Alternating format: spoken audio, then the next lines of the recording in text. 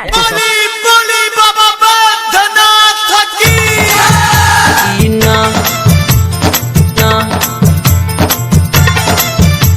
किसैया सावन के मेला घूमैब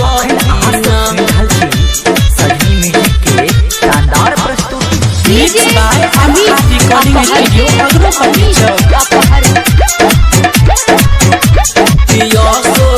सावन में देव घर घूमैब कि न हरियर चूड़ी गेरुआ साड़ी लैब कि न हरियर चूड़ी गेरुआ साड़ी लैब कि न पियसो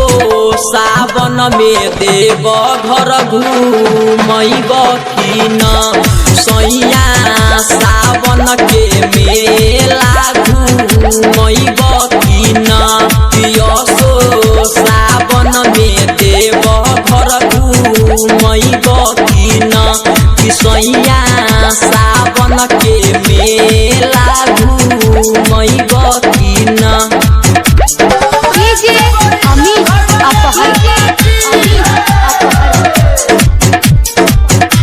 किसैया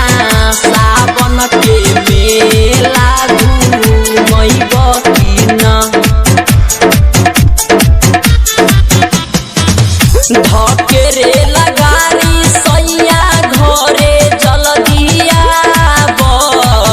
बात बुझ जनी हमर देरी न लगाब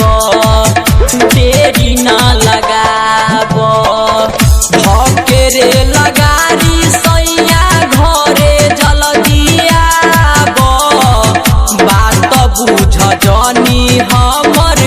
देरी न लगाब लागल बा मन में असरा तू पूरैब कि न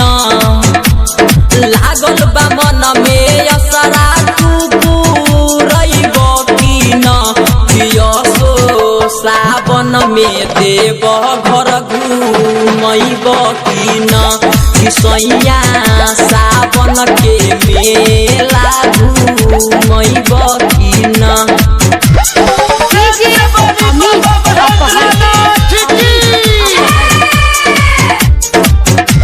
किसैया सावन के मेला घूमैब कि न पियसो सावन में देव घर घूमैब कि न कठिन डगर बा कैसे जाइब हम अकेला सैया मनीष काहे करता रखेला कठिन डगर बा कैसे जाइब हम अकेला सैया मनीष काहे करता रखेला सोनू राज से भजन तू गइब कि न सोनू राज से भजन तू गइब कि न पियसो सावन में देव घर घूमैब कि न किसैया सावन में मेला घूमैब कि न पियसो सावन में देव घर घूमैब कि न किसैया सावन के मेला घूमैब कि न mix by MR recording studio Agrapati Chowk.